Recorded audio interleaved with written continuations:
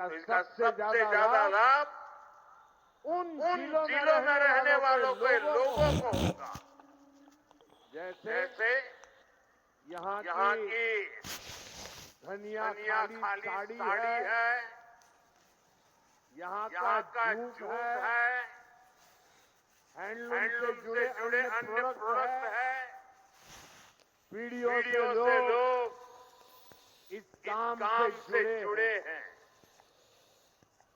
BJP one district one product scheme के तहत हर जिले के ऐसे प्रोडक्ट को प्रोत्साहन देगी। भाजपा सरकार बनाते ही प्लास्टिक को लेकर ठोस नीति बनाएगी और जूट की पैकेजिंग को और बढ़ावा देगी। इससे यहाँ के जूट उद्योग को और बल मिलेगा। সিঙ্গুর নিয়ে যেটা হচ্ছে, উনি সিঙ্গুরে এসেছেন, মিডিয়াগুলো প্রচার করছিল সিঙ্গুরে আসছে, যেন সিঙ্গুরে আবার নতুন করে তোমার কৃষিজ জমি মানে ওখানে কারখানা তৈরি হবে। কারখানা সম্পর্কে তার একটি কথাও নেই, ওটাও নেই। সবচেয়ে বড় কথা যেটা, সেটা হচ্ছে যে তোমার এখানে তৃণমূল এবং বিজেপি দুজনেই মানুষকে বোকা বানাচ্ছে এই কারণেই যে ওইটা হচ্ছে যে জুট ইন্ডাস্ট্রি এখানে তোমার একদম হয়ে গেছে। জুট যে সমস্ত মানে জুট ইন্ডাস্ট্রি যেটা ছিল, আমাদের যে মিলগুলো ছিল, সেই মিলগুলো বন্ধ হয়ে আছে। এখন প্রশ্নটা হচ্ছে যে ভারী শিল্পের ওপরে যদি গুরুত্ব না দেওয়া হয় তাহলে রেস্টোরেশন কি করে হবে? ঠিকই তো, এটা হচ্ছে এক নম্বর। দ্বিতীয় নম্বর যেটা হচ্ছে যে তোমার মৎস্য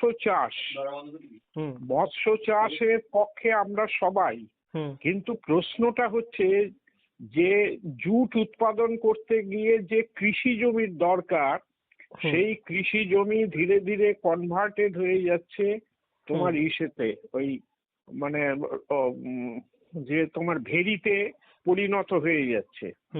হুগলি জেলার বিস্তীর্ণ অঞ্চল ভেরি করে দেওয়া হচ্ছে, ভেরিতে পরিণত হয়ে যাচ্ছে।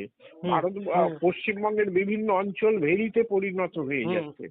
তাহলে জুট প্রোডাকশন এর জায়গাটা কোথায়? এক নম্বর। দ্বিতীয় নম্বর হচ্ছে যে এই জুট প্রোডাকশন করে তোমার জুট মিলকে সচল করে এই জুট উৎপাদন করতে গিয়ে যে তোমার টাইম গ্যাপটা আসবে, এই কৃষকদের সার্ভাইভালের প্রশ্নটা কোথা থেকে আসবে, কিভাবে হবে? তিনি কি তার কোনো প্রপোজাল দিয়েছেন? না, দেননি তো। ধর আজ থেকে 5 বছর বাদে, সে 3 বছর বাদে জুট মিলগুলো আবার রেস্টোর্ড হলো।